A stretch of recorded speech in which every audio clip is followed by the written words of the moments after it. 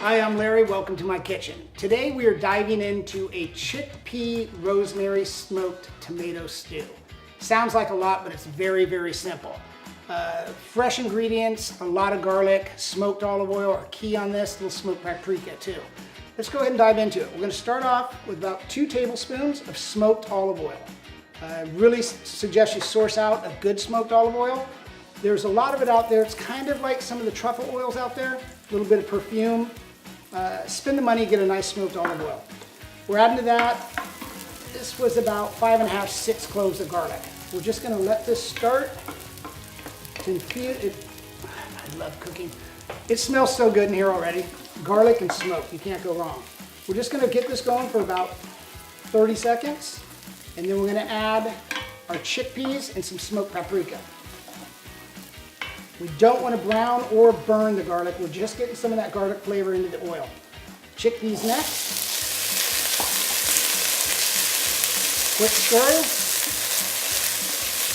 At this point, we're going to add the rosemary. This does simmer in the oven, so it will leave the stem if you want to. Whole rosemary, you can throw it in there. That's 2 to 3 sprigs. We want a lot of rosemary. It works really good with the paprika and the garlic. And smoked paprika. And all we're doing right now is really just kind of coating everything in that olive oil. The olive oil and the smoked paprika are smelling amazing right now. 2 seconds, that's it. Now we'll add 1 can of crushed tomatoes, the 24-ounce can.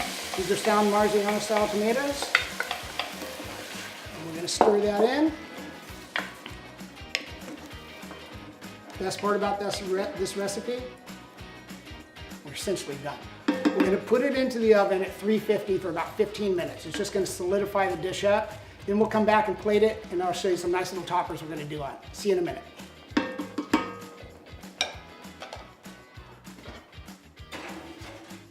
Okay, as our stew's finishing up, we're going to do a simple, really quick crostini to go with this dish.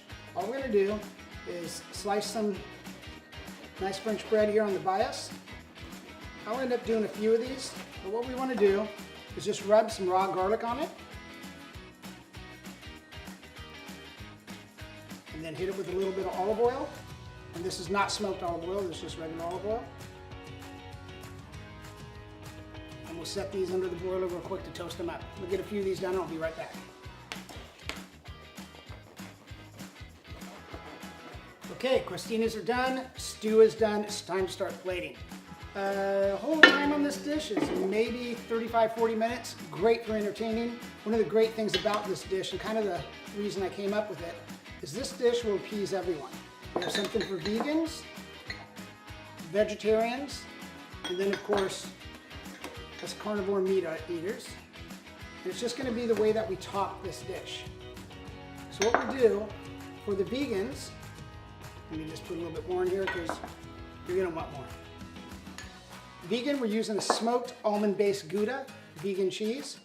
We'll accent that on top here. Then for the next 2 dishes, we're going to use a goat cheese. And then something very important, you might notice that I didn't do any salting or pepper as I was making this dish. The reason being is because this last dish for the carnivores, we're going to add some pancetta, which, as you know, pancetta can be very salty.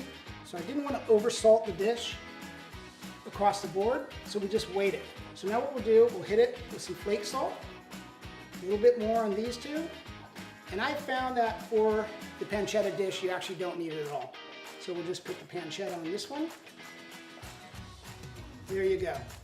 Give my sloppy plating a wipe.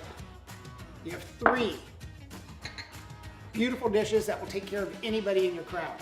Finish them with a nice crostini here, and that's it. This dish is designed to go with red wine. So open a bottle, invite your friends, bring them on over. If you like what you saw, like the channel, give us a follow, then jump on over to winecountrygiftbaskets.com. A lot of good stuff there. Look at our blog, a lot more recipes to go. Till then, we'll see you next time. Cheers.